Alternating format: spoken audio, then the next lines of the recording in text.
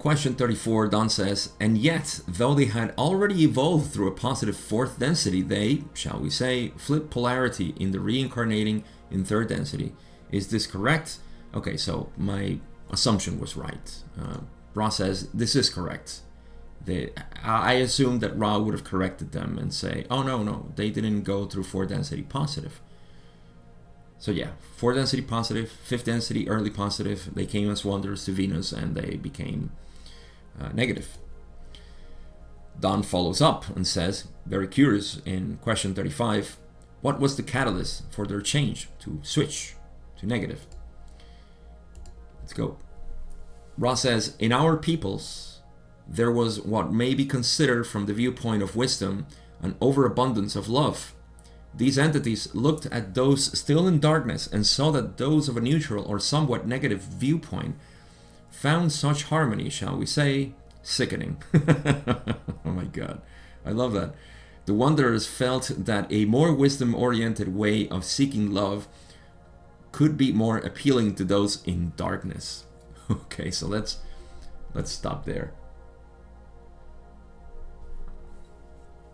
So how did these wanderers who came here programmed to be helpful in the positive sense, of course, how did they switch? It all starts with a wrong ideal. You see? Let me speak about this before we get into my own views. And again, this is just my own views because this is third density and you can do whatever feels right to you. So Ra says that from the viewpoint of wisdom, there was an overabundance of love, right? There's too much love, okay? Relax.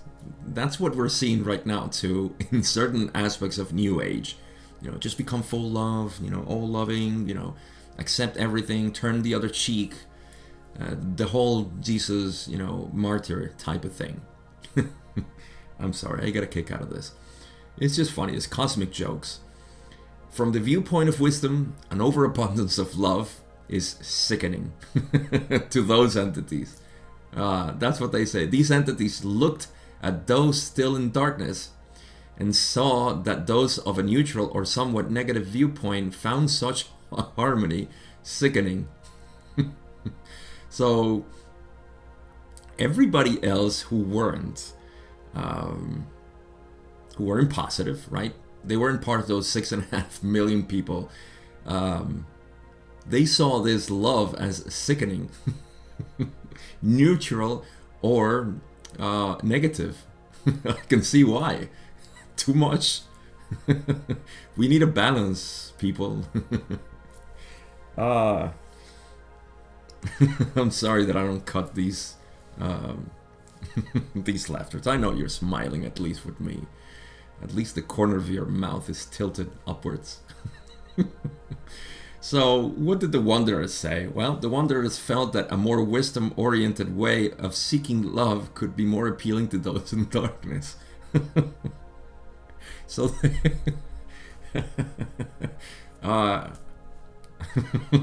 it's just too funny for me. Don't ask me why. They said, I mean, it's just funny. They came to help, so they saw, wow, what a bunch of, you know, hippies, loving all compassionate people. Well, I mean, there's a lot of people here who clearly don't agree with them, so we need a more wisdom approach. Let's give them more wisdom. So what happened? Oh, man. I'm going to try to read this. Ra says, first one entity began its work. Does that even make sense? First one entity began its work. Maybe I'm clouded by laughing too much. Yes, first one entity, I guess the first one. The first entity, there are two entities here. The first entity began its work. So yeah, let me help these neutral and negatively polarized with more wisdom. Then quickly the second found the first. So they met and they said, okay, yeah, let's do this. These entities had agreed to serve together, and so they did, glorifying the one creator, but not as they intended. About them were soon gathered those who found it easy to believe that a series of specific knowledges, I didn't even know that knowledge had plural, and wisdoms would advance one towards the creator. So they began basically their own cult, right? Somehow that's what it seems to me. The first one began its work, let's do this. Then the other one found, they made a pact before coming into Earth, and they got together, they found each other, cosmic brothers, sisters, and I think they were a couple, right? Gender wise, male, female.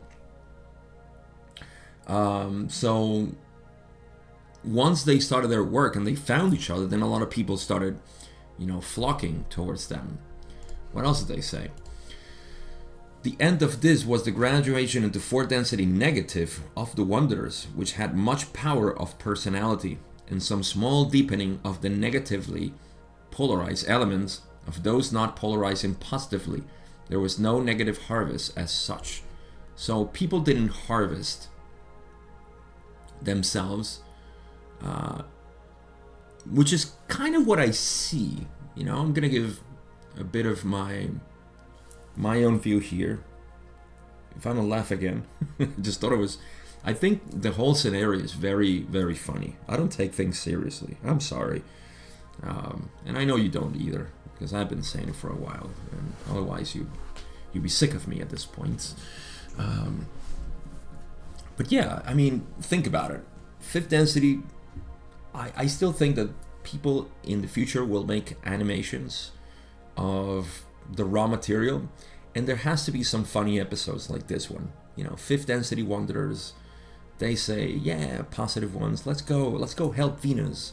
So they incarnate, and they say, I mean, clearly they see that something needs to be done to balance this love. And so they say, let's approach it with wisdom. So they approach it with wisdom, but something got in the way, which I'm going to speculate here. You see, because if you're trying to balance things out, then you are liable to feel that the side that you're taking, right, is the good one. That's the way. The other one is not. So you start to buy into an extreme, a polarity, right? And without you even noticing, you become controlling. You become too attached to the methods. That is a danger that we have seen so many times in history. So it's funny that it still happens in the solar system, and I'm pretty sure in the universe in general, at least under veiled conditions.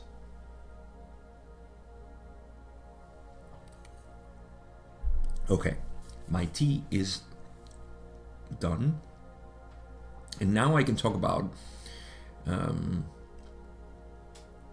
the ideals, right? Since I know myself, right? Since I know this manifested mind-body-spirit complex that I call Gabriel for conventional means, I always had an aversion towards ideals. That's not to say that I didn't have my own, because I did, especially in my early 20s, mid 20s, around there. I had strong ideals in terms of what the planet should be, and based on my own studies and whatnot. That quickly died after I saw that it was just for naught. But prior to that, and after that, why am I confessing this? Because this is how I see the world. I see that that would be an ideal. Not that there shouldn't be, but every time we have an ideal, we're buying into a game. And that game is that because things are not right, we're going to fix it this way. Right? This is the way to fix it. And fine, if that's what you feel that needs to be done, that's what needs to be done. But to grasp and attach yourself to whatever it is that you thought it was ideal at the moment is a way to drag yourself into trouble and drag others into trouble as well. It's a very delicate topic because most everybody has ideals in this world. This is where I deeply resonate with Oriental philosophy in general. And I think the Taoists have expressed this in a more pronounced fashion, which is to say that there's no right way to do things. And so the famous supposed dialogues between Confucius and Lao Tse,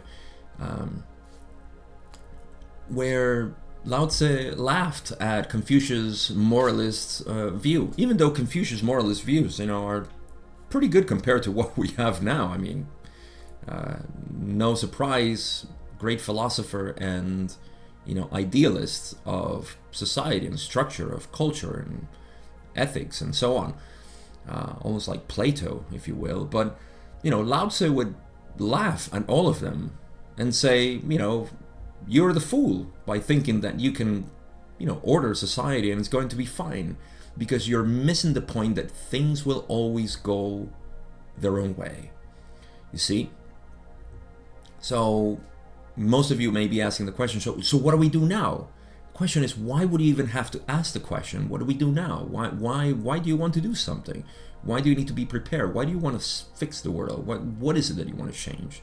Because by you changing it, you're just giving it another inertia. You see, that's what karma is. Action that requires more action to keep it going. You see? So ideals are the birth of this inertia.